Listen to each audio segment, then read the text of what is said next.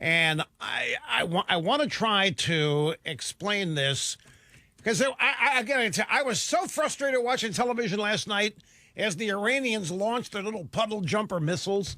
And I'm watching. I don't care what channel I turn to. I turn to I'm not even going to mention them. All the networks, and they're acting scared. Oh, my God. Oh, my God. Oh, my God. Iran's launched. Oh, my God. We pray for American servicemen. Oh, where is this attitude? Where does it come from? This is the opening here of Life's Lesson. This attitude that we somehow are helpless, that we're overmatched, that we're overpowered. Oh, no, what have we done now? Oh, my God. Look at what the Iranians are doing. What did the Iranians do? Nothing.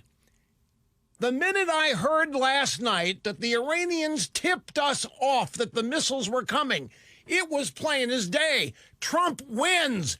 They did this as a show of face-saving for other Arabs and Persians in the region, but they didn't dare. They didn't dare want to injure a single American. They launched the missiles into sand. They didn't even use laser-guided missiles. They used ballistic missiles.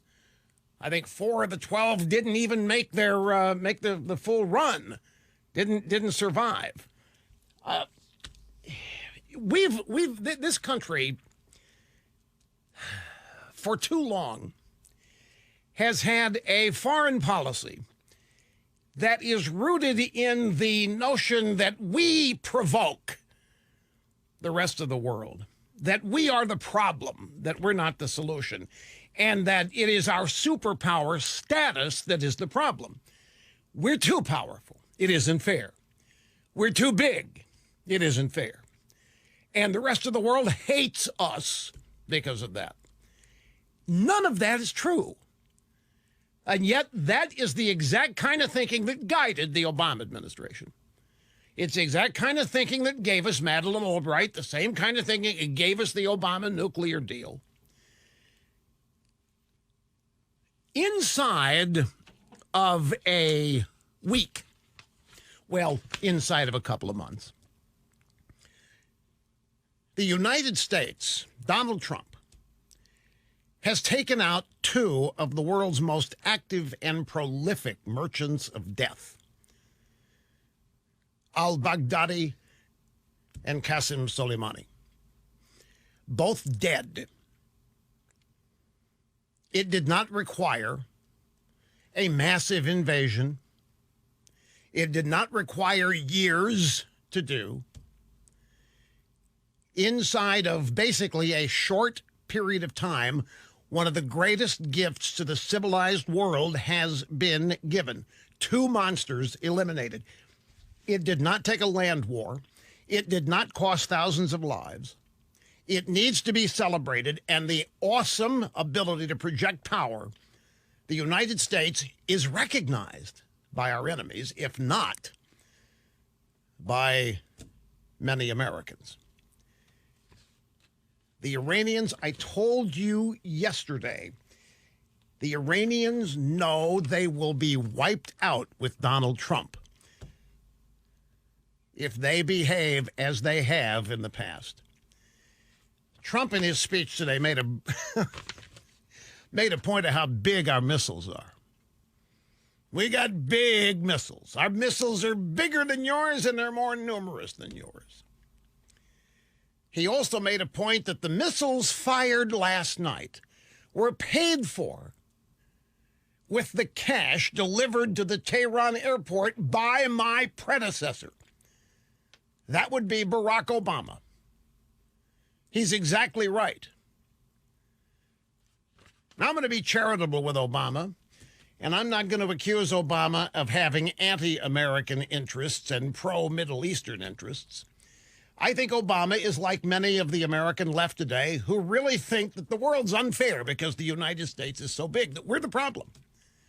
And that appeasement is the only way to get along with people. Show them we mean them no harm. Show them we love them. Show them that we recognize that we are the provocateurs. And trust us, we don't want to hurt you. And what does that do? It just encourages them to continue to be exactly who they are. Along comes Donald Trump. And inside of a week has sent the exact opposite message to the Middle East, to NATO, to the rest of the world, that the United States doesn't consider itself the problem anymore. The United States doesn't consider itself the provocateur. The United States is not going to apologize for what we are. The United States is not going to apologize for what we've done. We're not going to apologize for what we have. We are going to protect what we have. We are going to grow what we have because we are the good guys and we are the agents of positive change for anybody in the world who wants to join us. And anybody stands in our way and kills Americans is not going to get away with it. Folks, this has not been American foreign policy. For a long time, the reason this is such a standout is because it is so unusual. We've never had an American president in a national television address like Trump just did tell the truth about Iran. It's never happened because we have been guided by previous administrations for decades, with a few exceptions, that appeasement is the only way to peace. That acting as big as we are, acting confident about who we are, is unnecessarily provocative. If you think I'm making this up, let me give you an example that I remember off the top of my head. During the Obama administration, some delegation from the Chi-Coms was in town. And we started, it was the Obama State Department started talking to the Chi-Com members of this delegation about their human rights abuses. Chi-Com guys said, wait a minute. You got no right telling us about human rights abuses. Look at your past. And the Obama guy, oh, you know what? You're right. We have no right to tell you about human rights abuses because we are just as guilty as you are. So even though we do have the moral authority, particularly compared to any communist nation, we have the moral authority to preach.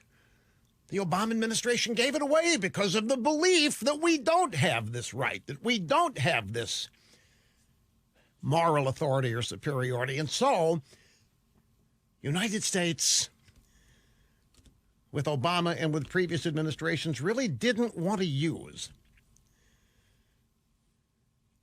its goodness and its decency and its power because it was all considered maybe illegitimate or unjust or provocative or what have you. The life lesson here, a show of force, a willingness to be honest about what you say you will do, when everybody knows you have the ability to do what you do, is the way to use power for the good, to use power for positive outcomes and results.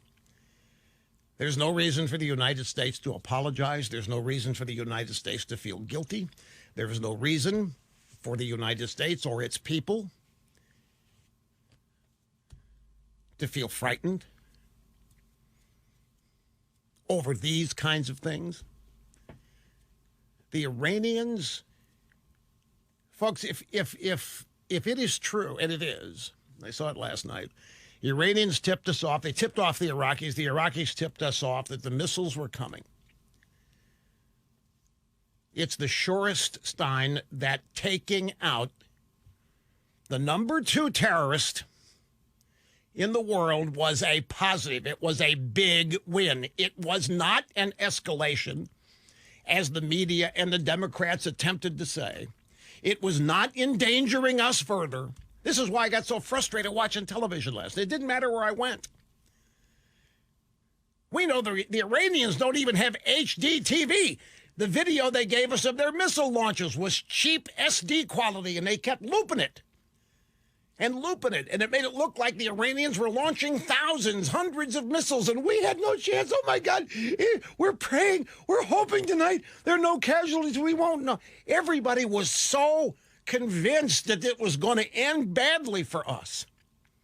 Everybody's so convinced that the Iranians, we were no match for them. And I'm just sick of this attitude. I'm tired of it. I've had to endure this. It's the attitude of the American State Department, many previous administrations. It's the attitude of the deep state. It's all these people that showed up and testified against Trump. This is the stuff they really oppose, using America's power for good. This is what they don't like. They're a bunch of appeasers that want to show up and just continue the process of never solving anything while getting accolades for great diplomacy. Oh, we just saw the best diplomacy that there is. Anyway, let me take a brief time out here because there are intricate details to back up the broad assertions I have made here today. And I will resume with that shortly after we get back here, so don't go away, folks. He didn't start it, but he'll be happy to finish it. Rush on the EIB Network.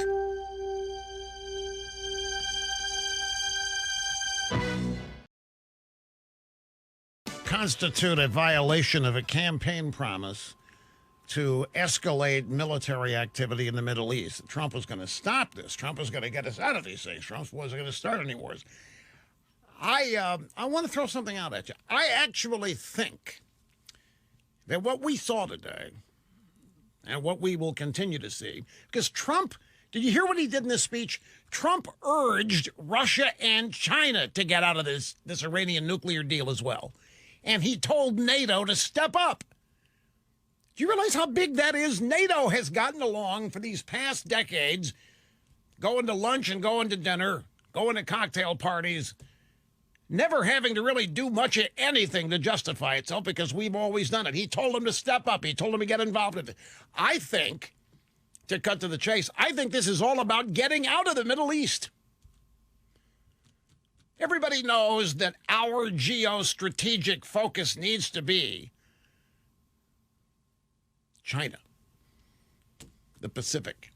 Trump knows it. Everybody knows it. We don't need their oil. He made this point. We don't need Middle Eastern oil anymore. We do not have any dependence whatsoever. We are self-sufficient. Our economy is hot, and it's getting hotter. The market is soaring today after all of this. The stock market's not in panic. It's not in free fall because Trump took out a terrorist. Military never has been stronger. Trump made it plain today, we hold all the cards, and we'd like to welcome you into a different kind of existence. We're also told now that the Iranians did indeed, in fact, warn us that they were going to fire missiles in the general direction of our bases, and I think we let it happen. We let them show their action here to save a little face.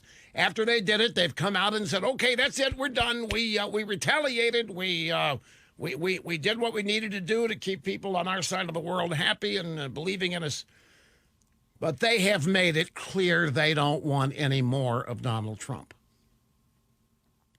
They don't want any more of the United States. And I'll tell you, folks, it was great to hear Trump blame Obama. It was great to hear Trump say that these missiles that Iran fired last night were paid for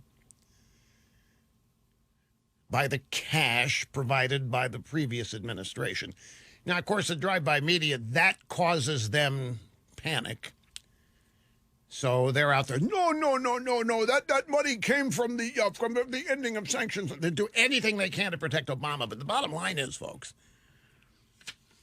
what the media won't tell you, what the Democrats won't tell you. Oh, by the way, Dianne Feinstein. The Democrats is where the focus of trouble is today, not with Trump. Dianne Feinstein has told Nancy Pelosi, hey, babe, send the articles over here, will you? They're getting worried. What is Pelosi doing? Last night, during all of this, Pelosi was out having adult beverage at some fundraiser cocktail party at a restaurant in Washington after making a speech about how serious this was and about how prayerful we all are and about how concerned we all are. And there she is out kicking back with Democrat donors consuming adult beverages. Feinstein says, hey, what's with these articles? Send them over here. They are in a total state of disarray. The Democrats have nothing to say to what Trump did with Soleimani. None of them, despite all their bluster at Trump's incompetence. You don't have any of them saying it should not have been done. The extent of their comments is that Trump shouldn't have been the one to do it because Trump is unnecessarily provocative. This same old defensive posture that this country has been known for under liberal thinking and leadership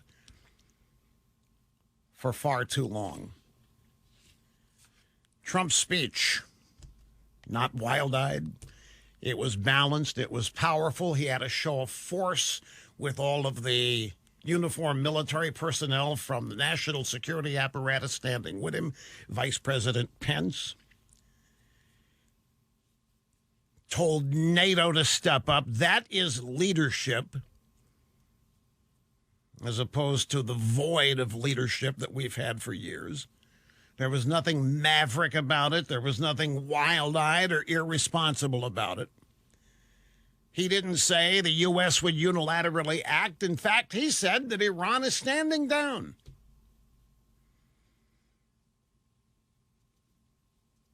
He exhorted allies, NATO, step up, join us.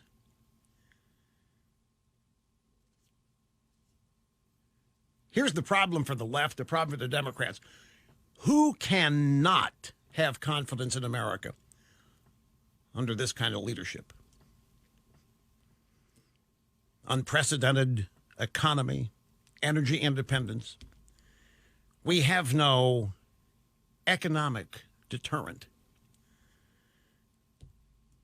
stopping us from dealing properly with Iran and other bad actors in the Middle East because we're no longer dependent on and hostage to the oil from that region of the countries. I really think that the long-term objective here is to get the United States out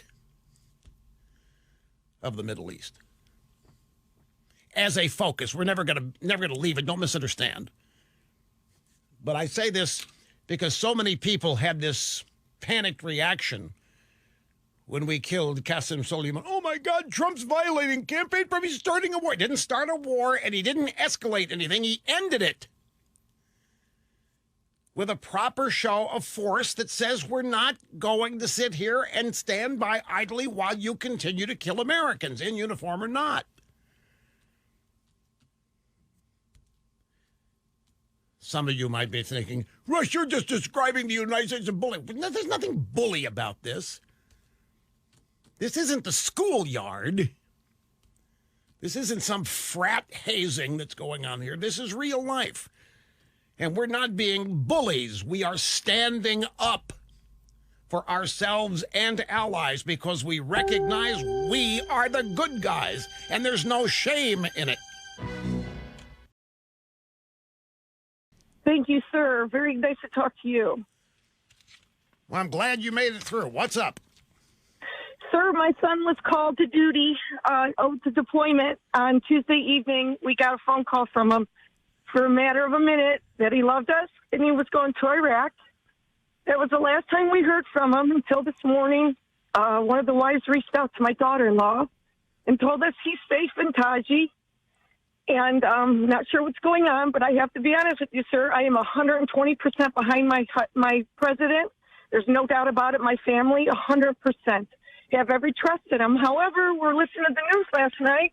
As a military mom, I got to tell you, it kind of seeped in a little bit what they were showing, what they were saying. And it was frustrating as all goes, what was said. And I cannot take these Democrats. I have to tell you, sir, I'm not worried about the enemy at this point. I feel like the enemy is within our own country. Are you? Is your son with the 82nd Airborne by any chance? Yes, sir. Because I know they were. He is, and he only has 4 more months to go. Well, let me tell you, you need to be proud. I mean, any military. I am. But the 82nd Airborne is they're called up for this and deployed. Look, I can understand you being frightened last night. Let me try to clarify something about this. The families of military people during hostilities like this, it's natural to be frightened. I was not impugning that. It's an attitudinal thing with me. Look, do you remember? I checked the emails during there, but Debbie, thanks very much for the call. I'm very appreciative of your comments. You remember when Obama was elected, the first 2-3 years, the apology tour? He goes around the world and apologizes to the U.S. here and there. I don't remember the specifics, but he had a couple of big Middle Eastern speeches, and he essentially apologized. He's bowing to the king of Saudi Arabia and all this. It infuriated me. But what it told me was what these people think of America. By these people, I mean modern-day Democrats and leftists. And they believe the United States is the problem. They believe we're the problem in the Midwest, or in the Middle East, by being there, that simply being there is provocative and peace is impossible with us there. Yet they never get us out. They just continue to run around and expand our presence there while attitudinally ripping us, and it just offends me. It's the exact opposite. We are not the problem, and we are not the provocateurs unless it's a particular policy to try to provoke somebody into action. But I'm talking about general overall attitudinal things. I love the country. I do not believe this country is the problem. I do not believe that we have any apologies to make. I do not believe that our superpower status and our size automatically should handcuff us because it makes it unfair for people and nations who are smaller or less powerful. Because that attitude ignores the very simple concept that we're the good guys. It's like when Trump comes down the escalator on June 15th and announces Make America Great Again. What in the world is controversial about that? And yet it is to a lot of people. Make America Great Again means some cockamamie things to certain people. But it's as simple and straightforward as anything could be. Now, what Debbie saw on TV last night is what I saw. It didn't matter what channel. This is not a rip on biased media. It's an acknowledgement of how pervasive years and years and years of the American people being conditioned to believe that America is at fault because of our size, our status, our colonialist impulses, which don't exist. And so we take out Soleimani. The Iranians respond, and the attitude all over TV was, we're cooked. We're done. Oh, my God. Oh, my God. We were hoping this wouldn't hear Iran's response. Like, if Iran responds, we're toast. Iran was not even responding. Iran was saving face, launching missiles into sand pits. And it had to be frustrating for families of military people who are deployed in that region to have the United States portrayed as somehow a sitting duck, imminently wiped out. I'll give you the example again. We liberate Kuwait after Saddam Hussein moves in to take over. ABC News, Sam Donaldson, does story after story about how we don't have a chance. We don't know desert warfare. Our troops aren't trained for it. The Iraqis are. We're going to be wiped out. The story is how many body bags American troops are going to need. And then we wipe them out in 2 days. And then Gulf War I happens. The same thing happens with that. History is the United States doesn't lose. Unless we set out to, like in Vietnam. We don't lose. And yet the attitude is, Oh my God, the Iranians are launching missiles. Oh my God, this is without even waiting to see what the results are, what's behind all this. So I can understand people being frightened by it. Anyway, I think, just to try to make the point again, that we have somebody of an entirely different attitude about America, America's place in the world, America's strength, the fact America's the good guys, and that's Donald Trump. And you're seeing what happens with that kind of attitude about the country coupled with leadership along those lines. It's such a stark contrast. We are getting out of that region. We are not expanding our presence. We're not escalating. And how are we getting out? By using the force and the power that we have, which no one in the world can compete with. Go back, grab audio soundbite number 2 from yesterday. I just want to remind you, so you can have some assistance here in understanding my attitude about this. This is from yesterday's program at 321. Hit it. Everybody thinks the mullahs are mad. We better be frightened, man. We really ticked them off. It's the other way around. The mullahs know damn well what we took out the guy within 30 seconds of him getting off of his airplane. We had intel on the ground. We had intel in the air. We had spies. We had GPS. We knew where this guy was every moment of the day.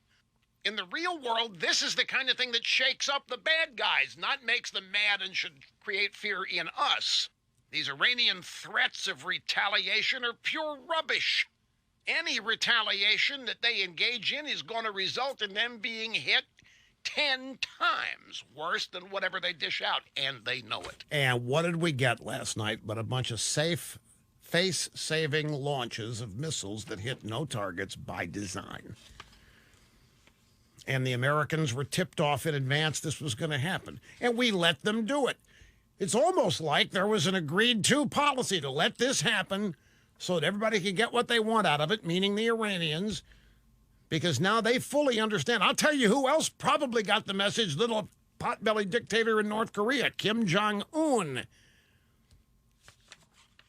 The lessons and the message from this kind of action that we've taken against Qasem Soleimani reach far and wide. By the way, folks, it wasn't just cable news last night that was acting like, oh my God, it's over. The Iranians are, oh my God. I had to turn it off.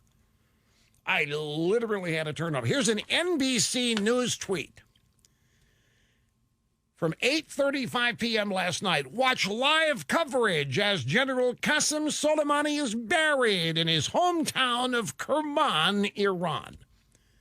That's right. NBC News was inviting Democrat viewers to pay their respects and to weep with Iranians in real time as a mass murdering terrorist and an enemy of the United States was laid to rest in his cardboard box after having been flown on 3 coach seats with only his hand remaining after the attack. And then there was a tweet from Trump last night. Trump's tweet was 10 minutes later, 8:45 p.m. Trump's tweet said, "All is well." Missiles launched from Iran at 2 military bases located in Iraq. Assessment of casualties and damage is taking place now. So far, so good. We have the most powerful, well-equipped military anywhere in the world by far, be making a statement tomorrow morning. You know what this was? This was 1 part presidential, 1 part fatherly, 1 part written as a friend. This tweet had 3 elements. He's calming everybody. He's letting everybody know that no damage has been done. Full report coming tomorrow. All is well. Everything's okay. Nobody can touch us. We have the biggest, the most well-equipped military anywhere. Master communicator, informative, shares a sense of relief and gives assurances the United States is safe because it's strong. And this was in the face of all the TV news coverage, like, oh my God, oh, it could be over. Oh my God, Iran's report. It really was of that tenor. It was panicked. It was grim. It was dire. And here comes Trump assuring everybody. And I think Trump knew last night, by the way, that this attack or these launches of missiles by Iranians were simply a face-saving move. What was really learned from watching TV last night, Iranian TV can't even afford HD TV cameras. The loops, some of the cheapest standard definition quality video I've ever seen. It was 2 launches. It was 2 missiles being launched, looped over and over and over again. It made it look like thousands were being launched. The Democrat fake news media trusts the Iran fake news media. Whatever the Iranian news media was saying, 30 Americans dead, there's the U.S. media reporting it, without even researching it, without even asking anybody about it, without even questioning it. 30 Americans dead, Iranian news sources. Iranian news, there aren't the Iranian news sources. The Iranian news source is the Ayatollah. When it was all said and done, Iran's response to the taking out of Soleimani was as destructive as a neighborhood fireworks show. On standard definition video. We didn't even get HD fireworks out of Iran. I'll tell you what else we learned last night and today. Iran understands that Trump means business. They know how lucky they are that no Americans were killed last night. We learned that the Democrat fake news media views Soleimani as a global figure who has earned respect, as we were invited to cry and weep along at his own funeral. Democrat fake news media treated Iran's impotent response the same way they do an oncoming hurricane. Oh my God, we're going to die. It's over. It's over. It's time to panic. Don't touch that dial. It's time to panic. Look at this loop of missile launches from Iran in standard definition quality.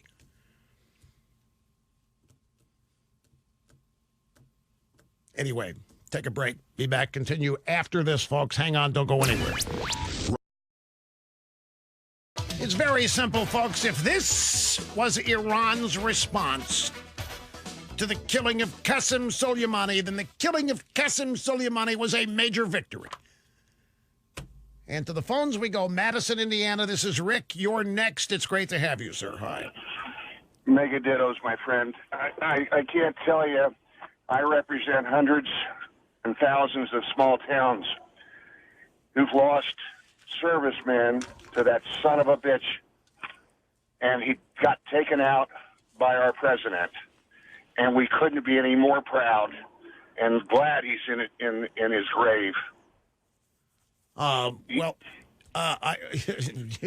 What's left of him is in a grave, and beyond that, we don't know where. 72, 73 virgins, they're trying to martyr the guy.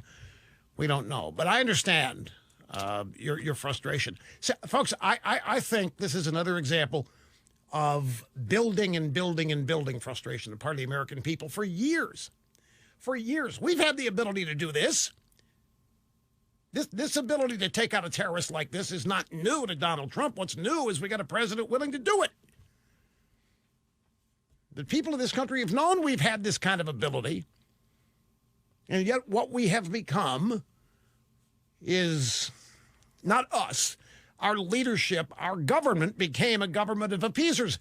Don't doubt me. After 9/11, what's the State Department do? State Department convenes a forum. What did we do to make them so mad? It was our fault. How can we change? How can we change what we do to make sure they don't feel like they have to hit us this way? You know, I've been doing a slow burn ever since that. And if I have, I'm sure countless Americans have been too. Then Obama running around bowing to people and apologizing for this or that, and then telling the Chi-Coms, yep, you're right.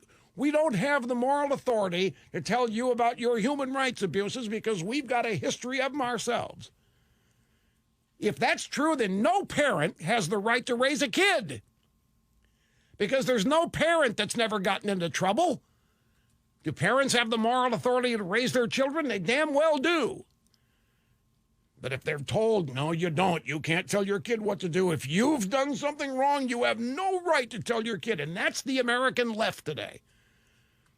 You know the paradox of liberalism. What do they think they believe in? Civil liberties, total freedom. You can't tell me what to do. I can tell you what you can't do, but when you're a liberal, you can't tell them what they can or can't do. You can't tell them they can't marry their horse. You can't tell them they can't marry their chicken. You can't tell them they can't do whatever they want to do. And if you do, then you're judgmental and you're probably a Christian. But the paradox is that as the left expands all of these so-called civil liberties, what the hell happens to morality? It ends. And that's where they have taken us. Got to take a break. Back after this. Don't go away. CNN's reached a settlement with Sandmann, the Northern Kentucky Haskell student who had sued CNN, saying it defamed him. CNN spokesperson confirmed yesterday with the Cincinnati Enquirer that a settlement was reached. The network would not comment on the details. Nick's lawyers did not respond to phone calls or emails requesting details. This was, you remember this, Sandmann and his buddies were touring Washington, D.C. last January when out of nowhere a Native American Indian activist by the name of Nathan Phillips started responding to a disturbance that was created by the Congressional Black Israelis, or whatever they were called. And Nathan Phillips starts charging up to Nick Sandmann, and Sandmann stands there and smiles, trying to diffuse the situation. The drive-by media loses it, talking about how they would love to punch the kid in the face and knock that smirk off of his face. And they portrayed Nick Sandmann as the guy who started it. And then they said Nick Sandmann was obviously a white supremacist and a racist. And he was taunting this frail old Native American activist, Nathan Phillips. It's Phillips up there playing some war drum, banging on it with his group of supporters following up there face-to-face with Sandmann. It was at a March for Life rally on January 18th that Sandmann and his Haskell classmates attended. Phillips was attending the Indigenous Peoples March.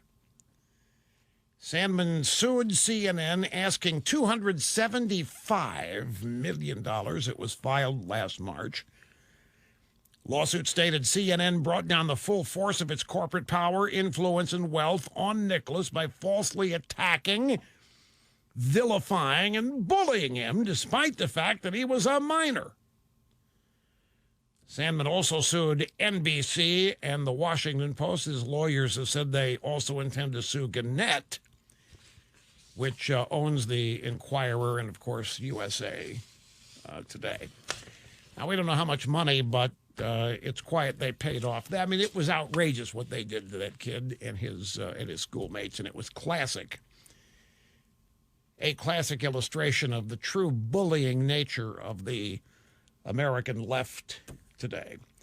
I want to get some audio sound bites here of some of the drive-by media that happened last night and this morning after Iran launched its impotent little salvo at a couple of bases in Iraq where Americans were stationed.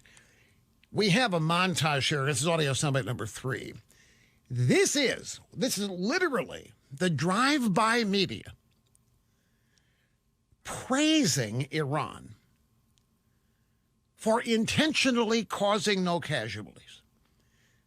and saving the world from the madman Donald Trump. Now, let me give you the timeline of this. Last night, when Iran launches its missiles, which we all saw in cheap, standard definition video, we saw 2 launches and they looped them, made it look like a constant barrage of launches, but it was just 2. It was a cheap fireworks show. And so everybody in the media is in a state of panic. Oh, my God. Oh, this is what we feared. The awesomely powerful, omnipotent Iranians are going to wipe out America. Oh, my God. Oh, my God. It's all Trump's fault. Oh, my God. Oh, my God. Then we learned that the Iranians didn't hit anything by design, that they were engaged in a face-saving maneuver designed to appease their own out-of-control wackos in their country. But they knew full well they didn't want any part of Donald Trump.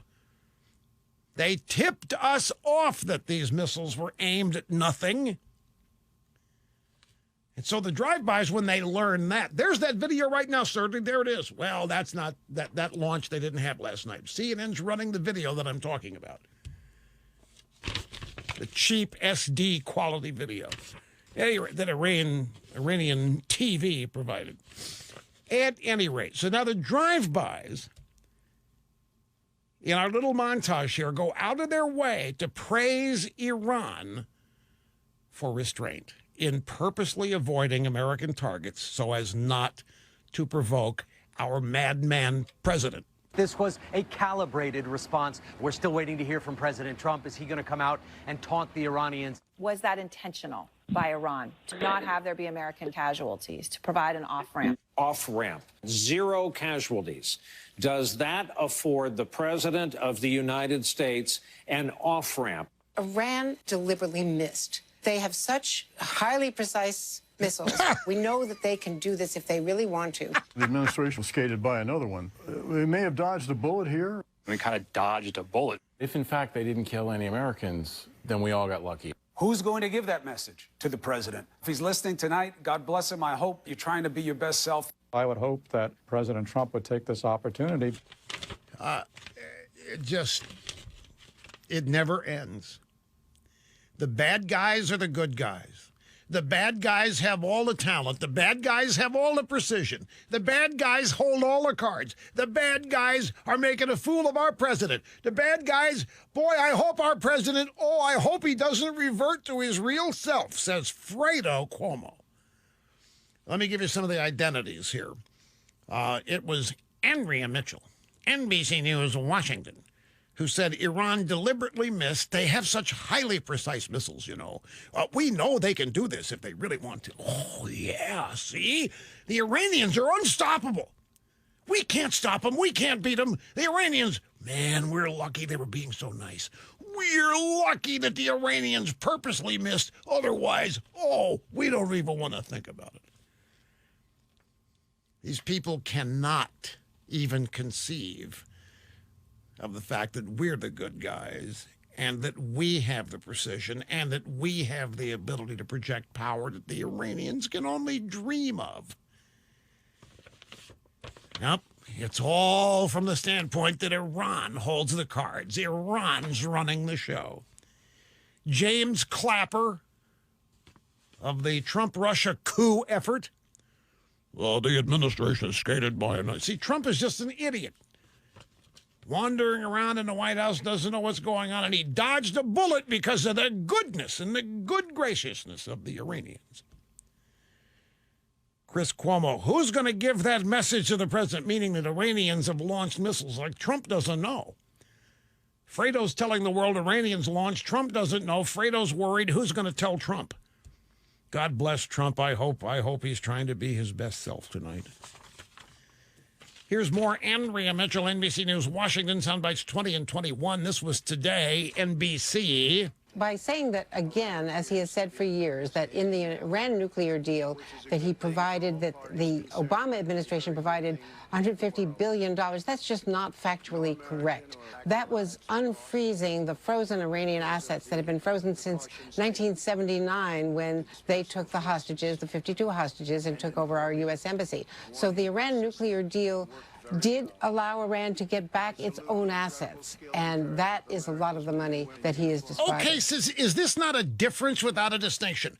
We had put sanctions on Iran since 1972. 1979, they took 52 hostages. And what's Obama do? Obama comes along and pretty much apologizes and unfreezes the assets, and then delivers the cash to the Tehran International Airport on a pallet. We saw it. It was Obama who delivered the cash.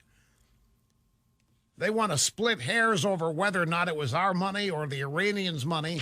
But regardless, they cannot permit any criticism of Obama. And so that's what Trump did today. Trump blamed all of this. He said these missiles launched on our targets last night were paid for with money from our previous administration, and that's Obama. And it's true. In what sane world does a president of the United States deliver $1.8 billion in cash? Now, that's what Obama did all throughout his effort to appease, then sign the stupid nuclear deal with Iran, which today Trump urged the Chicoms and the Russians to also get out of. And what do you bet they will? Chuck Todd, NBC, also distressed that Trump blamed Obama in his speech today, claiming that Obama made it possible financially for Iran to launch the missiles last night. They did, and he took it, but he didn't want to look like he took it. You know, we're glossing over that. The sitting president of the United States accusing essentially the previous president of helping to finance Iranian weapons is quite remarkable that he's willing to push the envelope like that with this office. I mean, I guess at this point we shouldn't be surprised that he does these things anymore. It's still a remarkable thing that he actually did it. Yeah, what is remarkable, Chuck? Is it remarkable that Obama did it and that Trump is pointing it out? Should Trump just not mention these kinds of things? Is that the way it works? That current presidents do not say critical things of their predecessors? These guys still can't figure out that they're dealing with somebody entirely outside their sphere. They are dealing with somebody, Donald Trump, outside their bubble, and they don't even now know how to process it. They live in a constant state of disbelief, being offended. How dare he say that about Obama? Well, but it all happened.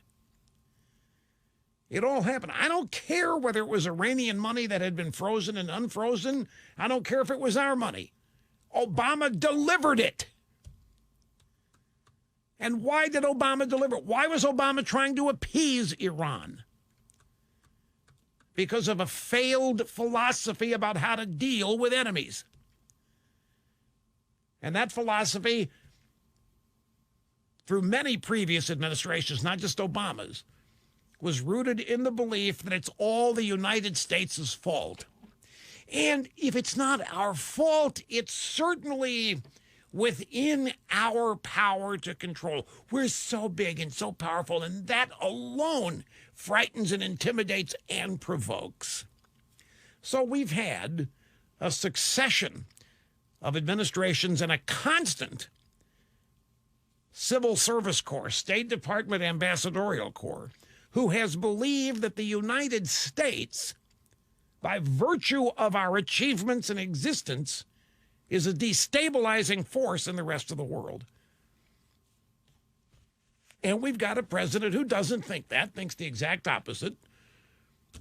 And this is what that looks like. Here's a little bit of President Trump today from the speech. We'll start at audio soundbite number 60. He made a dramatic entrance. Oh, A lot of people are wondering why this particular area of the White House. This was not the diplomatic reception room. It was not the Oval Orifice. It was not the East Room. It wasn't a room, actually. It was a hallway. I'll tell you where this was. If you remember watching some presidential primetime press conference, you see the president come out of a door and walk down a long hall with a red carpet on it. It's in that hallway that this took place. The pillars are right there. The drive-bys are seated behind the pillars. There were some drive-bys that probably did not have a view of the president and the podium because they were behind a post, a column. So why was it there? Well, the decor of that area happens to be red and gold. And in Middle Eastern culture, he who has the gold holds all the cards. Even the choice of location in the White House was a message to the mullahs and the terrorists in Iran. And do not doubt me on this. It's just like George H.W. Bush would never pronounce Saddam Hussein's name correctly. He always called it Saddam because in certain parts of Iraq, the word Saddam is the equivalent of a dirty shoe with animal feces on it. So he pronounced Saddam's name Saddam as and everybody thinks, does Bush not really know how this guy pronounces? No, he knew.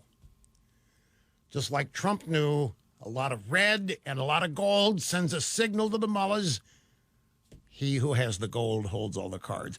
The president came out in that setting, and before even greeting the room, told everybody that Iran will never get a nuclear weapon on his watch. As long as I'm president of the United States, Iran will never be allowed to have a nuclear weapon. Good morning. I'm pleased to inform you the American people should be extremely grateful and happy. No Americans were harmed in last night's attack by the Iranian regime. We suffered no casualties. All of our soldiers are safe, and only minimal damage was sustained at our military bases. Our great American forces are prepared for anything. Iran appears to be standing down, which is a good thing for all parties concerned and a very good thing for the world. If they are standing down, and they are, and that's what the launch of the missiles into sand pits last night meant. So we get away. We kill the number 2 power monger in that country, and they're standing down. They're standing down. What's the lesson? What's the life lesson? What's the message?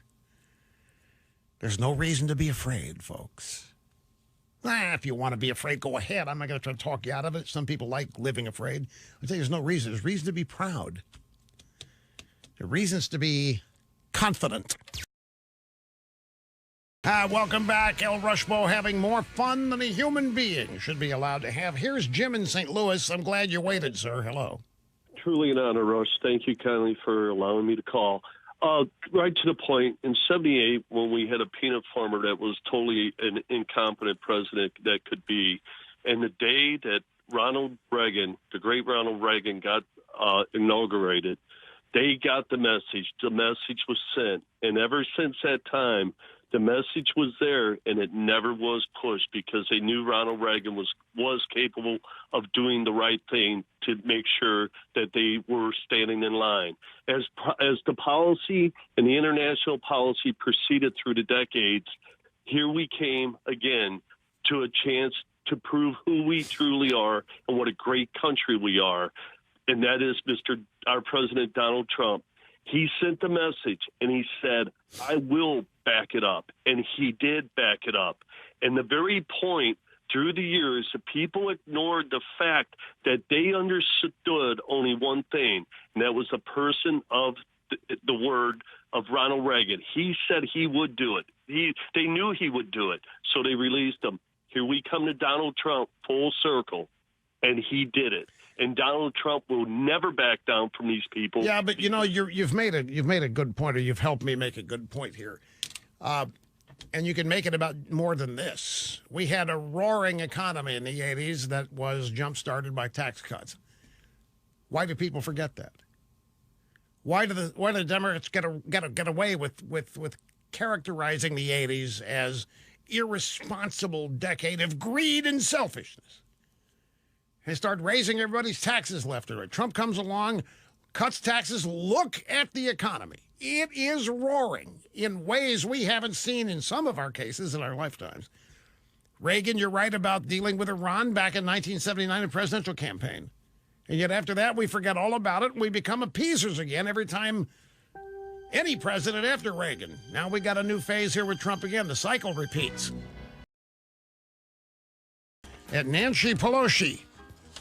Laura Litvin, who is a Senate reporter for Bloomberg News, tweeted, this was about an hour and a half ago, Dianne Feinstein says it's time for Speaker Pelosi to send the impeachment articles to the Senate. Quote, if we're going to do it, she should send them over. Said Feinstein, don't see what good the delay does. And you see where the turtle said that he's going to go ahead and do this trial and not call any witnesses. He doesn't have to. The Democrats are hoping, they were hoping, that they would be able to fold this Iraqi thing, this Iranian thing, into the impeachment process. And that's kind of blown up on them like the Hellfire missile that hit Soleimani's SUV. Blew up on him. In the real world, I know they pose a great threat. Don't misunderstand, but they are a walking calamity. And I'll tell you something else. Joe Biden has had a pretty free run here as a presidential candidate. All of the gaffes have been overlooked. All of the news about his really weird kid. This Hunter Biden guy, this is a weird dude, folks. This is just weird, stealing the identity of his dead brother and then to marry the guy's wife, not to mention the Ukraine business. Oh, did you see there was an earthquake near an Iranian nuclear facility? You think that's an accident? I wonder. Did you also see a Ukrainian airline crash landed in Iran? Of all the airlines to crash land into Ukraine, people are going to start asking themselves, what the hell is with Ukraine? We can't turn around without Ukraine being in the news and in Hunter Biden. Anyway, Plugs was at a thing last night and on 3 different occasions confused Iraq with Iran. He meant to say Iran and said Iraq, and meant to say Iraq and said Iran. He's getting them confused. And he's had a free run up till now because the drive-bys have been very protective of him, of these kinds of gaffes. I'll give it, you let Trump do that. Let Trump make any kind of an average Joe Biden gaffe, and they're all over him with stories. Is he losing his mind? Is dementia setting in? All these kind of things that they are covering up and hiding and not even broaching with Biden. But now that crazy Bernie is gaining ground, there is some legitimate fear in the Democrat Party, not just on our side, there's some legitimate fear that crazy Bernie could literally win the nomination. And the fear is multifaceted. It's fear over his policies. It's fear that some think that he would lose in a gigantic landslide to Trump. But the bottom line is, for a party, the Democrats, who have spent the last 3 years and counting trying to destroy Donald Trump, trying to ruin his future political prospects. I mean, they've literally tried to destroy his career and his life and his family. they are probably feeling pretty impotent now. Do you realize that it was only just a few minutes ago that the first Democrat reacted to the Iranians launching their impotent missiles last night? It was Hakeem Jeffries. And it was some blathering on about how Trump's unfit. Trump better come tell Congress what he's going to do. He can't just keep doing this kind of stuff. He can't just keep talking this way without consulting us. Even though they won the House, these things are all cyclical. And I'm telling you, today could change tomorrow. Today, Pelosi sitting on the articles not amounting to a hill of beans anyway. Feinstein saying, where are they? The Turtle saying, bring them on. We're not even going to call any new witnesses. Josh Hawley, Missouri, with a resolution to dismiss the charges off the bat because this got nothing to it. Nothing has gone the way they dreamed it. Nothing has gone the way they planned it. Nothing has gone the way they envisioned it. But most importantly, you know what's missing? Public opinion. They're driving public opinion away. They are not creating public opinion on their side. And this is what they thought was the bird in the hand. They believe that since they have the media, that they can control public opinion and they can pull levers and change it. And they have launched every weapon they know. They have used everything in their arsenal, and it's gone, in most cases, exact opposite of their intentions. And now they've impeached Trump, and there's nothing earth-shattering about it. People are not acting like it's a momentous, monumental thing. It's just another one of the crazy stunts the Democrats have tried and bombed out with. Meanwhile, these areas, some cases rural, but ex-Bourbon areas outside Democrat cities in states that Trump won, such as Pennsylvania, West Virginia. You realize all of these areas are becoming redder? And they are becoming, and many of these communities are homes to massive union populations, and they're all trending toward Trump now. And a large explanation for that is the Democrats and their climate change, and they're running around with energy policy, with Biden telling coal miners, hey, you know, if you're not even ready to go down 200 feet of coal mine, learn to code, for God's sake. And it's not that learn to code's a bad thing. It's the obvious lack of any concern. The Democrats are happily talking about people losing their jobs, union people losing their jobs because of their energy policies. I found something. I brought it in with me today. When I was home at Christmas with the familia, my sister-in-law, Lisa, gave me a copy of the Saturday Evening Post from 1958 in a story about the climate. 1958. How to control the climate. Which reminds me, I touted this thing all day yesterday, never got to it. This literally, this is just odd. The weirdest, strangest. This is a law professor at Columbia University. I'm not going to mention his name because I don't want to embarrass him. And he's written a hand-wringing piece over the struggle, the decision whether or not to have a child, whether or not to bring a child into the world that's on the verge of destruction because of climate change.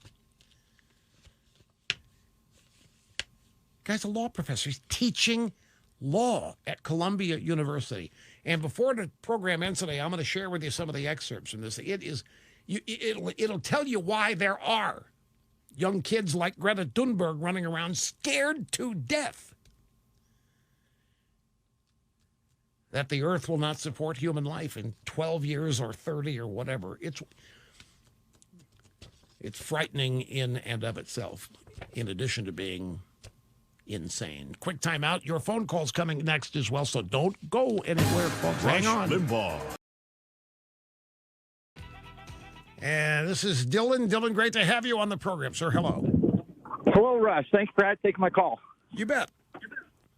I was told to make it quick, so I will. I think the majority of America and Trump voters are tired of living in fear of what's going to happen if we do something.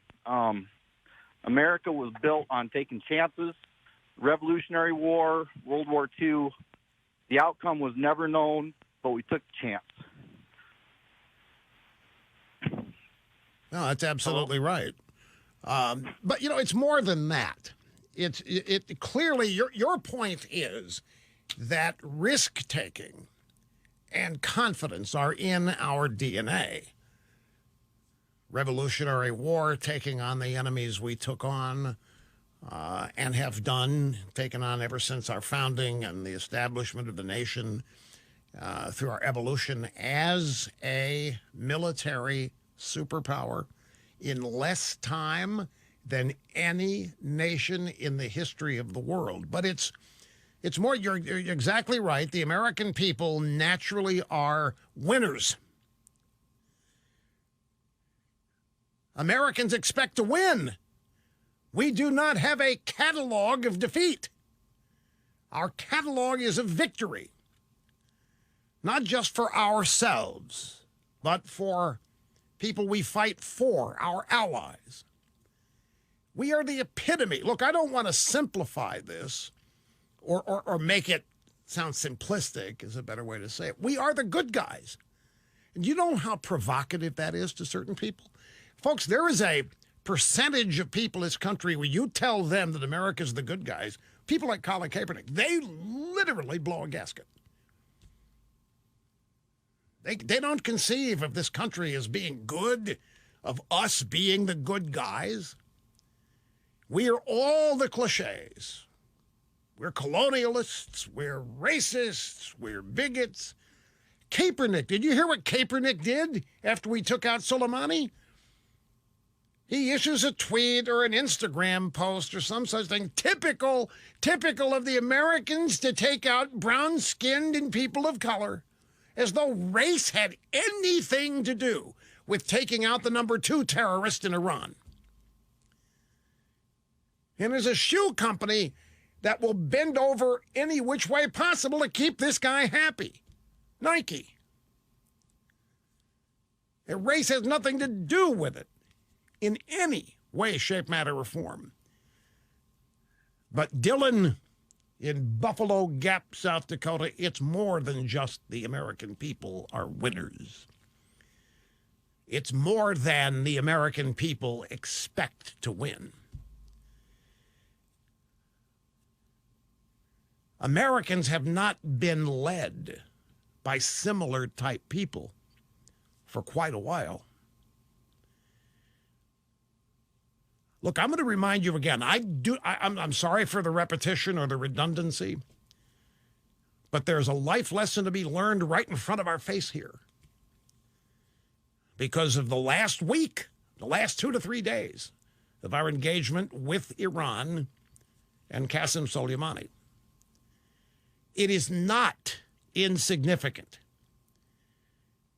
that in the 8 years prior to Donald Trump, our nation's leaders were telling us that our best economic days are behind us. That's not an insignificant thing to say to the American people. In America, the expectation has been that growth and improvement in the standard of living and the quality of life and life expectancy is always improving. In America, all of the great things are possible. It's in America that dreams come true. Not just America, but America is known for it. And it just cuts against the grain to have people in positions of leadership try to tell us to forget that we need to get realistic, that we have to lower those expectations, and that maybe all of this economic prosperity in the past, maybe it all wasn't justified, they said. Maybe we didn't earn all of it. Maybe some of it was ill-gotten. Maybe some of it was due to our expansionism and our colonialist tendencies, of which there are none, by the way. We don't conquer anybody or anything. We liberate. We don't conquer people. We don't imprison, and we don't impose. I've never understood how freedom could be an imposition anyway, but that's what they tried to tell us. The American people, some of them internally rejected it, stayed silent about it, but simply thought it was absurd that leaders spoke this way. Other Americans said, maybe it's true. Maybe we haven't had it as good as we think, and maybe it hasn't all been justified. I mean, the Obama people and even others have been successful in creating doubt about this country. Go talk to your average millennial if you doubt that. They have succeeded in creating in the minds of a lot of people some doubt about the decency and the goodness of not just the country, but capitalism itself and freedom. It's gotten to the point where the differences in economic success from person to person have become evidence of unfairness, evidence of mean-spiritedness, evidence of white supremacy, or what other gobbledygook garbage they spew. And they have succeeded in creating, in way too many people, feelings of resentment for their own country. Now we happen to have elected somebody that is in his 70s and remembers an entirely different America. The America of Obama and of the American left, where America's to blame, America's the fault for all the problems in the world. Trump doesn't know that America. He doesn't want to know that America. He doesn't recognize it. He thinks it's bogus. So he has stormed into Washington, D.C., intent on nuking that and blowing that to smithereens, and once again returning America to its age-old mantra, greatness. And that is controversial. So now we do something good for everybody involved, take out Soleimani, and a number of Americans are scared to death. Oh, my God. Oh, what have we done? Oh, this is horrible, because they just have no experience. Anyway, I take a break. I'm out of time. Back with more in a moment. Don't go anywhere. Of the Today Show. And she's got an author as a guest, a woman named Peggy Orenstein. The name of the book, Boys and Sex. Yeah, I knew that would perk you up. Boys and Sex. As you listen to this soundbite, and it's only 23 seconds, as you listen to this, I want you to keep in mind the objectives of the militant feminazis since at least 1969, 1970. How many years is that? 50? It's 50 years. My goodness. What's the objective been? They wanted to change human nature. Largely because it had been so unkind to them. They wanted to change human nature. They believed that people, boys and girls, as whatever they think, created, born, whatever, were imperfect. It wasn't fair. Remember all of the stories about enlightened parents raising their little boys in pink bedrooms with Barbie dolls and giving their little girls dark blue bedrooms and G.I. Joe dolls. and remember the dismay and the sadness when they found that the little girls with the G.I. Joe dolls did nothing more than try to find different outfits for them to wear. And the little boys did not want to become homemakers. They started doing unspeakable things to the Barbie dolls. So, in the face of all of this, here's Deborah Roberts talking to the author Peggy Orenstein on her new book, Boys and Sex. Author Peggy Orenstein has spent years talking with young people about their intimate lives. In her new book, Boys and Sex, she's now sounding an alarm about young men. It was like they were channeling 1955. You know, it was still about sexual conquest. It was about dominance. It was about aggression, athleticism, and particularly about emotional suppression. Can I translate this for you? This woman is saying, despite everything we've done, we haven't been able to change them. They still don't tell us what they're feeling, and they still think they're all jocks, and they still run around and try to sexually conquest every woman they run into. We have failed. It's all about dominance. It's all about aggression. It's a dismal failure. You talk to these young boys today, and you may as well be talking to kids in 1955. Now, why do you think they've failed? And by the way, you weren't around here in 1970. I was. I mean, this show wasn't around. But the moment this movement began, I told everybody it was going to fail because there was no way to change basic human nature. If you believe in creation, you believe in God, and if you believe in the concept of life perpetuating itself, life has one objective: to not die. That's what life is.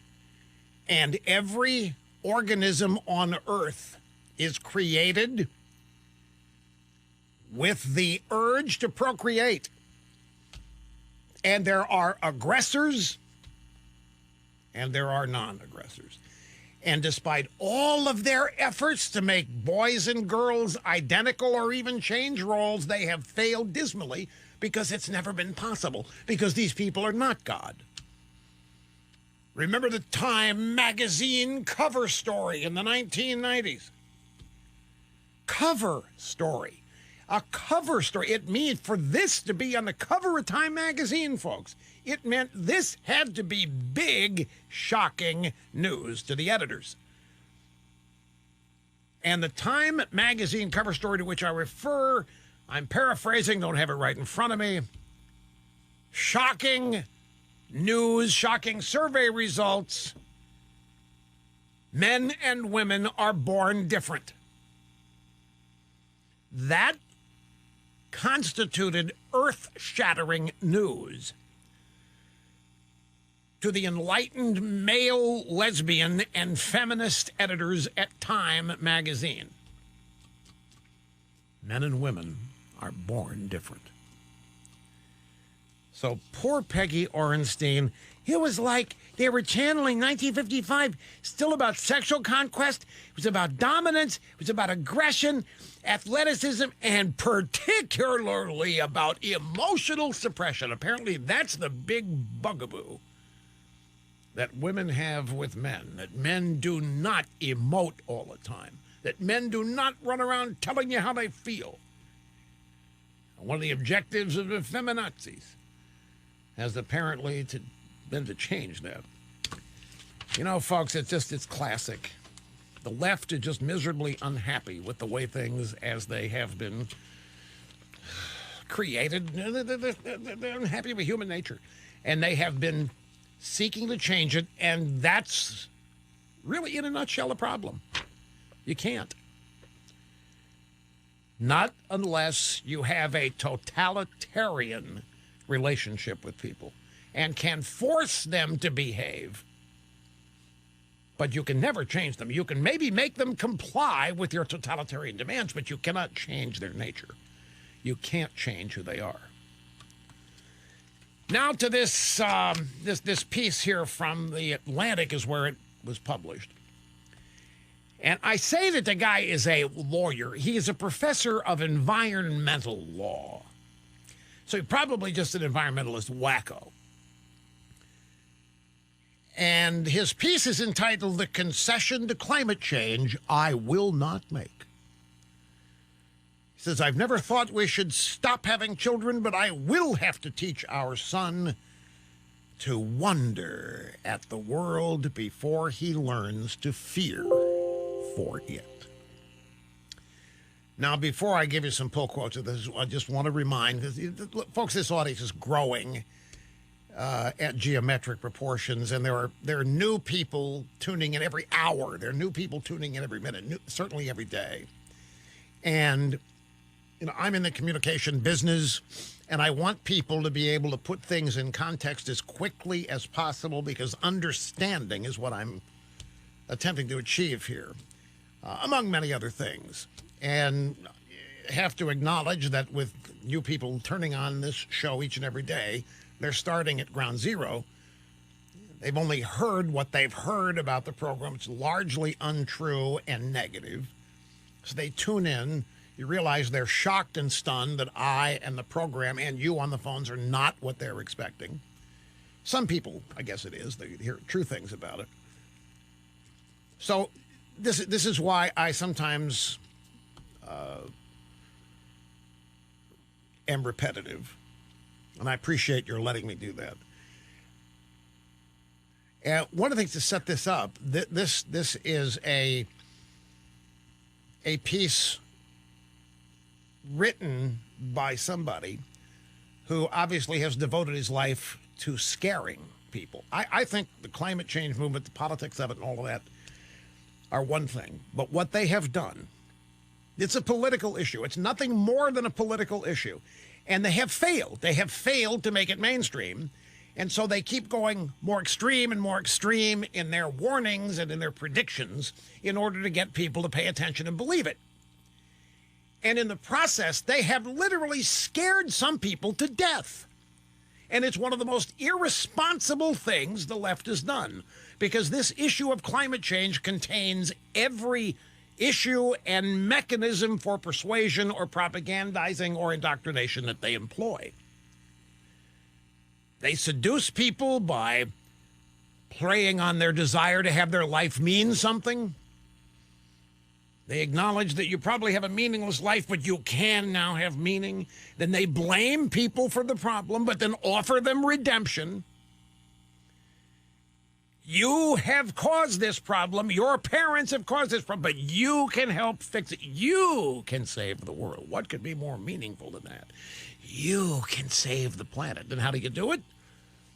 Well, you have to hate conservatives, you have to vote Democrat, and you have to become a big believer in massive government controlling as much as possible, because you must believe that individuals left to their own devices will destroy everything, and only government comprised of decent liberals can save it.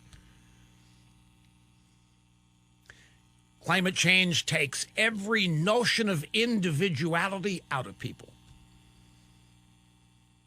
It scares, it frightens, it causes panic. I mean, it's got every element that the left uses to advance its agenda is contained in this one issue. So I ran across this piece over the break. It's in The Atlantic, which is a widely read by a bunch of liberals online magazine. Our first child was born at the end of August. I am not a young parent. I was born in 1974. In the span of one generation, global carbon levels rose by nearly twice as much as in all of human history before. I teach environmental law, so naturally people get around to asking whether my wife and I struggled with what it means to bring a child onto this troubled planet, and whether it's a good thing to do at all. And I understand the point. My son James added, now listen to the way this guy describes his son, folks. This is how he views his new baby. My son James added his 7 pounds and 10 ounces to a planet where humans and our domestic animals together outweigh the other land-based vertebrates by 24 to 1. As an American, my son can expect to emit 16 metric tons of carbon a year, compared with 5 tons for a French baby and about 2 for a baby in India or Indonesia. So you see, his son's already guilty. His son's guilty of polluting the planet worse than a French kid or an Indian kid simply by virtue of the accident of his birth, where he's an American. He's more destructive than any kid anywhere in the world. Imagine the guilt complex this kid's going to have growing up. But wait, we haven't even gotten started yet. Unless my son becomes a hermit, he'll have little personal choice about his carbon footprint. Most of it is dictated by the roads, the engines, and the sources of energy that'll keep him cool or keep him warm, that will provide his food and move him around. He cannot opt out of these systems without opting out of human life as we live it now. But the option is there, isn't it? To save the planet, his kid could die. Sometimes, not too long after my son starts asking about the change from winter to spring, or the migration patterns of the geese that sometimes fly overhead, I'm going to need a way to explain to my son that climate change is destroying habitats, acidifying the oceans, and making large parts of the planet's land uninhabitable for people like him. To quote the cards from friends and family that we've lovingly placed around our apartment, welcome, baby. So this is the world he's welcoming his kid to. You're going to destroy the planet. You have nothing to say about it because you live in America. You don't have anything to do about it. It stinks. Your forebears have made much of this planet uninhabitable. Imagine the guilt trip this kid's going to have. Now, on one level, my answer to the question, how can you have a child now, is simple. I've never been tempted to think that we should stop having children and disappear. Part of the reason climate change is so terrible is the threat it poses to human life and culture, and I want to help both go on. So the question I ask myself every day, how to explain this suffering world to a newcomer, to a baby? This is what I find myself saying to this little person who can't understand me yet. Quote, the world is good. For all the bad in it, it's a good place. And you're good, full of joy. You're born innocent, but you are not good for the world, son. When you do all the things that you will do, when you work, when you play, you will be breaking down the world's systems and making it unlivable. And there's very little that you, son, personally can do about it. What kind of person thinks this way? What kind of person ponders transmitting messages like this to their own sons and daughters? But they're all over the place, folks. They're everywhere. This is why I've always told our climate scientists, you're wasting your time debating this issue in terms of science with these people. This is so beyond science. This is in a realm here that you and I can't even relate to. You and I would no more raise our kids with this kind of fear and panic and blame and then send them off to school where they're going to double down on this kind of teaching. And this guy, well, he's not going to move to India because there's no Columbia University there to teach environmental law.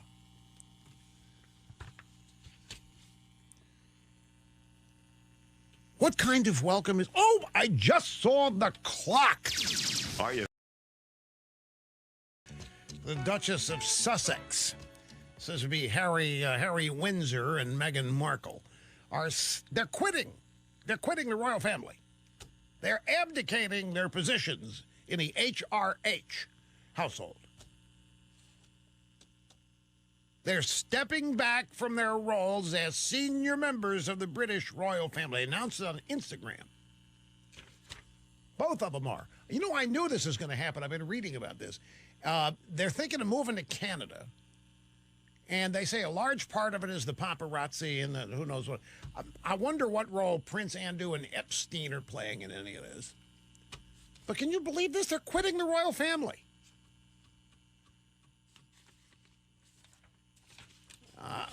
Give back the money? Ha! Give back the money. Also, I just watched this loon Clapper on CNN. Well, we don't know the possibilities that Iran might want proxy terror attacks. Could be tomorrow, could be next week, could be later this year. I think it's a mistake to assume that anything Trump's done has made us safer. I think. And in the Infobabe anchor, yes, that's not been said enough. That's right on, Mr. Clapper. Thank you. I talk to Brennan constantly about we hate Trump and really posing great threat seal dossier. We have time to screen it. No, we don't, but we have an audio summit come up after the break. The Democrats, the congressman, given the briefing on the hit on Qasem Soleimani. The White House, the administration, gave him a briefing on all the military aspects of it. And the Democrats have come out of the briefing, and some of them are talking about what they've heard. And I don't even want to characterize it. I don't even want to create any thought before you hear the soundbite that I have. So that'll be coming up as well as we will return to your phone calls. And I got more juicy goodies from this wacko environmentalist in his column if you want to hear them. Back in a minute. Greetings, my friends. Welcome back. Great to have you. El Rushbo and the Excellence in Broadcasting Network. You know, every family, well, most families, I got not everyone, but most families have one family member who is the de facto family photographer. And this family member can sometimes be irritating. Family gets together, whatever the occasion, and this person's always, hey, pose for a picture here, pose for a picture to get everybody together for this picture, take a couple of videos here or there. And it's just my dad was that person in our family. Had gobs of stuff. He had it on Super 8 film. He had it slide film projector that you have to look at pictures on. He had Polaroid. He had it all. And the stuff collected, and after a while, nobody saw it. It just collected and collected. Then you add Betamax or VHS video to it. People started collecting home videos that way. This stuff all adds up. And most families keep it somewhere in the attic, but no, I haven't seen it in a while. You know, you can now. You can have all of that stuff brought back to life by an outfit called Legacy Box. So if you have, or any in your family have stuff from years ago, video or photos of family events that nobody's seen for a while, gather it all together, put it in a Legacy Box, send it to these people, and they'll put it on DVD. They'll transfer it. They'll digitally transfer it using the best equipment known to exist in the free world. High-speed digital transfer of any format that you've got. It'll put it on a DVD or a thumb drive or a cloud download if you want. You get hold of them, legacybox.com/rush. You tell them how much you've got. They send you the box that you put all the stuff in it, shielded and protected so it doesn't get damaged in transit. And then they start, when they get it back, they start transferring it. And it takes about 2 weeks, and you're done. They send it back to you, and then you've got it all. And it's in modern-day formats that you can see all of it on. Then you can duplicate it, copy it, organize it however you wish, give it away to people. It's the greatest way in the world to bring back to life all of that old video and photo stuff that people in your family haven't seen in decades in some cases. Start the process today, legacybox.com/rush. You will save 40% off the regular price, which it makes it all the more doable, not to mention affordable. It's legacybox.com/rush. Audio soundbite 22. This is Jerry Connolly, Democrat, Virginia, after the White House briefing on the hit on Qasem Soleimani. Without commenting on content, my reaction to this briefing was it was sophomoric and utterly unconvincing.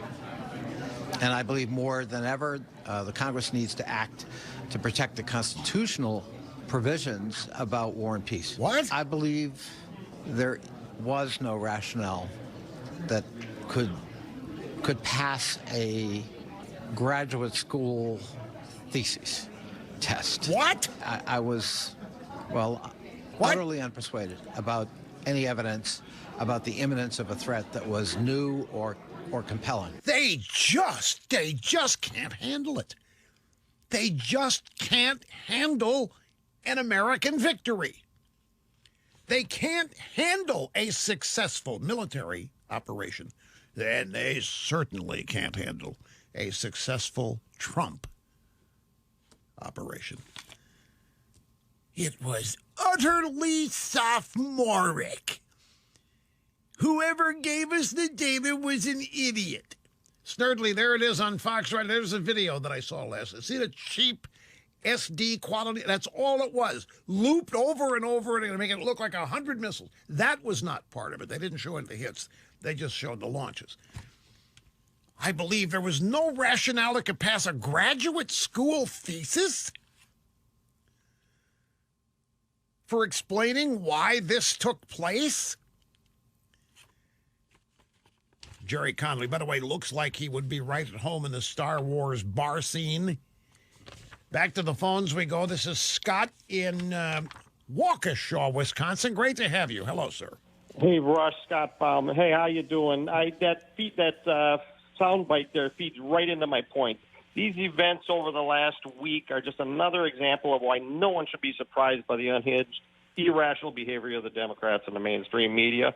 Every Donald Trump success renders them more and more useless, completely neuters them, and is just one more nail in the Democrat coffin. The more conservative policies and principles that get enacted are causing Democrats to fear for extinction. They're literally panicked for their existence. Well, I think it's a good point. How hard is it? It's obviously impossible. It's obviously impossible for these people to join together and either acknowledge. Just acknowledge. You don't even have to celebrate it. Just acknowledge an American success. Acknowledge a successful operation. They can't even do that. They got to characterize the briefing as utterly sophomoric and why it wouldn't even pass a graduate school thesis. Graduate school thesis.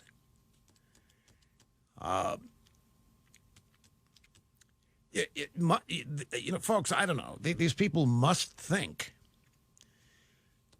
that Twitter is majority public opinion. They must think that their base is representative of a majority of thinking in the country. In other words, they must believe that a majority of Americans resents this, opposes this, is afraid of this, is not fooled by this. Otherwise, why do this? They can't even come together. This is, I'll tell you, it's a sad thing, but the observation, we don't even have a common citizenship in this country even. We don't even have that in common. Everybody talks about having the ability to cross the aisle, cooperate with the other side, to get things done, to show people that Washington can function. What is there in common? They clearly do not think they have anything in common with us. And worse than that, they don't want to have anything in common. The poisonous ravages of hatred is just on display every time a Democrat in Washington opens his or her mouth. Scott, thank you. This is Mark in Indianapolis, Minnesota. Is that right? Welcome to the program, sir. Hello. Hello, Mr. Rush. No, it's actually Minneapolis, Minnesota. It's actually Minnesota. Okay, I thought that might be, but I was just reading what it says up there. Yeah, that's okay. That's all right. So, yeah, the whole point of it is, where I see it, is that the Democrats are trying to control us through fear. Since the inception of the Democrat Party, that's all they've done is throw fear about this, fear about that, fear about now it's fear about Iran. It's always been fear about the Middle East. And the worst thing you can do to a person that throws fear in your face to control you is to be fearless. And we have got a president now who stands there completely fearless about what's going on, and he stands up for our country. And he can't do that to the Democratic Party. They're going to go nuts over it. That's just my point. Well, it's a good one. You know, that is a concise way of describing what I saw on television last night. But you know me, I excel at description and characterization, painting pictures for those who weren't there to see it. And it was abject fear on the faces of TV anchors, abject fear on the faces of their guests over what these missile launches that the Iranians did last night, what it might mean. Now, it hasn't gone away, because as we have learned, the missile launches basically landed a bunch of sand pits and took out a bunch of sand fleas at most. Now what are we to be afraid of? Proxies. Have you heard that word being banned? We need to be worried about proxy attacks. Do you know what a proxy attack is? Well, apparently, ladies and gentlemen, there are lots of sleeper cells here in the United States. And there may be. Specifically Iranian sleeper cells. And the great fear is that these people will act on their own, independent of orders from the Grand Ayatollah Khamenei, that they will go rogue, that they will engage in proxy attacks. And that's the worst kind of all. People that can't be controlled, people that go outside the chain of command. And as such, we are to be very afraid. We are to be paranoid. We are to be very, very scared, ladies and gentlemen. The drive-by media is telling us this. Because these proxy attacks, I just saw James Clapper on CNN talking about it with the info babe. Well, we have to be very worried about the proxies, of course. That's such a brilliant point. It's not said enough. Thank you, Mr. Clapper. So you're right. Control people with fear. In this case, it's even more hideous, though, because the fear is rooted in we are responsible. You need to be deathly afraid because the guy you elected president might get you killed, is the message they want to convey. At any rate, I'm able to watch it with a comical reaction, but a lot of people unfortunately get caught up in it. I wish and hope you're not one. We'll take a break. Be back right after this. Hitting American targets. Might have. Growing belief that Iran intentionally missed areas with Americans. This has been known since last night. Do you know what CNN's saying is the explanation for this? Iran is nice. Iran is moderate. Iran is not provocative like Trump. This is their explanation. Then, of course, the Iranians will act in a much more mature and serious way than this renegade we have, Donald Trump. It's sickening. It really is sickening to watch these things. They are just so consumed with a growing incestuous hatred that they do not realize what fools they have become. Oh, by the way, Prince Harry and the Duchess of Sussex, you know what they have decided? They have decided, let's see, that they plan on being financially independent. Well, no. It's not of what, but can you, what a strange belief. This is an earth-shattering concept to them. Financially independent. The royal family is the biggest bunch of grovelers you could ever run into. What? They are the result of a budget in the British. They allocated funds. And Harry and Meghan have decided they want to become financially independent. And you know how they're going to do it? They're going to set up a Clinton-style foundation to monetize the monarchy. The Queen must be spinning.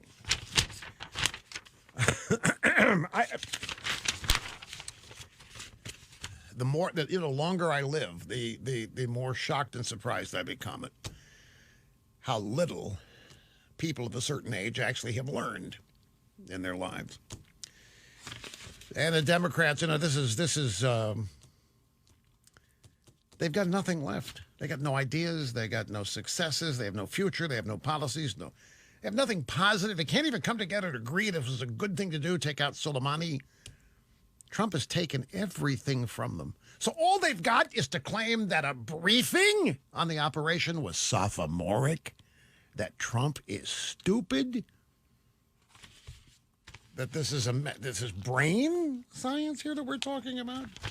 I don't have time to take the call, but we've got a caller. Apparently, Nikki Haley has pointed out that the Chi-Coms and the Russians are not complaining about our action, that the only complaints are coming from the Democrats, and that has apparently set them off like crazy. But it's true. The Democrats are the only people complaining about what Trump did. Hey, the IRS, world's most powerful collection agency. Nobody knows that better than a member of this audience. Mary, she owed the IRS thousands of dollars. She wasn't trying to get away with anything. She just didn't have the money to pay them. So she hoped and prayed they would forget about her, but that doesn't happen. They froze her bank accounts. That meant she couldn't pay her mortgage, couldn't pay her bills. She called the IRS, tried to work it out on her own, got nowhere. But because she listens here, she's heard of Optima Tax Relief. She called them. They stepped in between Mary and the IRS. They got them to release her bank accounts and then negotiated a deal on her behalf. It provided her with an affordable way to resolve the tax debt without losing her home. She's able to continue on with her life as normal because of Optima Tax Relief. If you have an IRS issue, Optima Tax Relief. Don't try it on your own. Optima Tax Relief, 800-973-7700. That's 800-973-7700, Optima Tax Relief.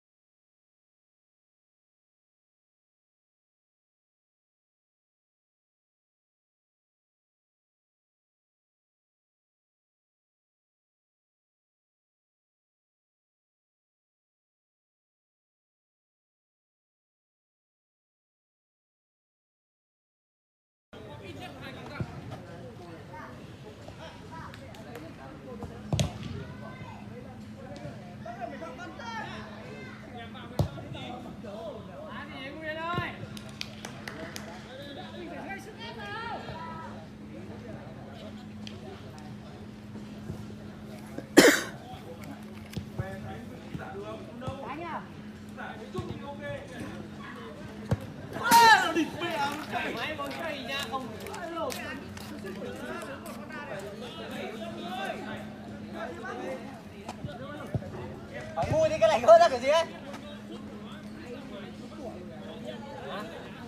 Đấy bạn ném ra ngoài này, xong đá vào cho.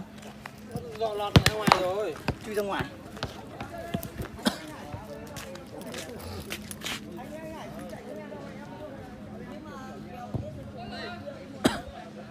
Quét sinh luôn, quét sinh.